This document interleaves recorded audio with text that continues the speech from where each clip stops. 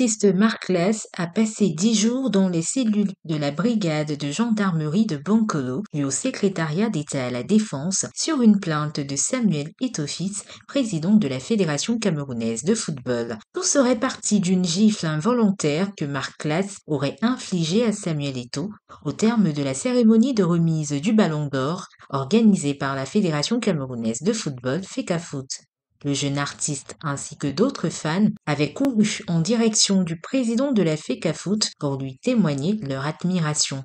Dans la bousculade, la main du jeune admirateur va toucher malencontreusement la joue de la star. Le dit fan sera chassé aussitôt des lieux par 2 personnes se présentant comme des gardes du corps du président de la fédération. À peine quelques minutes passées, le jeune admirateur sera de nouveau empoigné et conduit vers l'ancien attaquant des Lions indomptables où il sera accusé par celui-ci de lui avoir administré une gifle.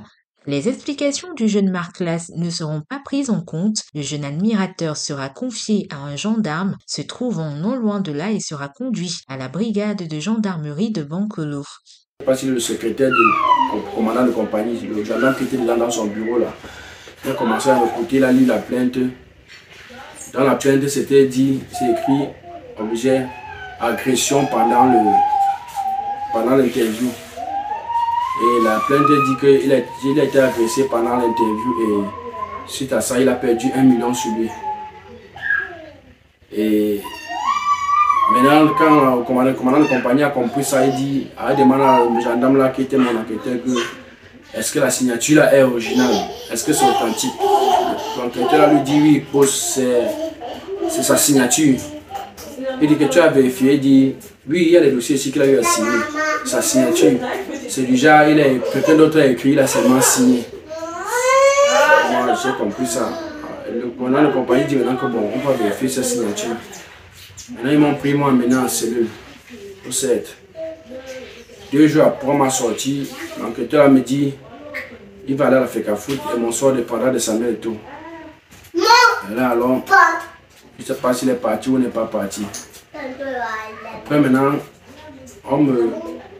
après 2 jours encore, on me dit qu'on a renvoyé ma garde à vue, on a prolongé ma garde à vue. Besoin d'enquête que Eto'o, mon plaignant n'est pas encore là, il doit être là. C'est là alors où j'attendais seulement. Après quelques jours passés sans audition, un gendarme va demander au jeune admirateur de faire venir 2 personnes et de déposer une caution de 100 000 francs CFA. Quand j'ai fait il y a 10 jours, ils m'ont dit que j'apporte 2 garants et une somme d'argent qu'ils m'ont demandé. J'ai apporté 2 garants et ils sont allés voir la maison de mes garants et là où ils vivent, là où ils travaillent. La caution ainsi déposée, Mark Lass sera provisoirement relaxée avec pour consigne de se présenter au CED le lundi 17 mars. On m'a convoqué ce lundi le 17 mars qui arrive, que c'est ce jour que l'État a confirmé qu'il doit être là. Il a demandé à me voir en direct, que c'est ce jour donc je suis convoqué là-bas pour confrontation, ils ont aussi dit ça. Que je suis convoqué pour confrontation lundi le 17 mars qui arrive, que on doit m'écouter en face avec mon plaignant.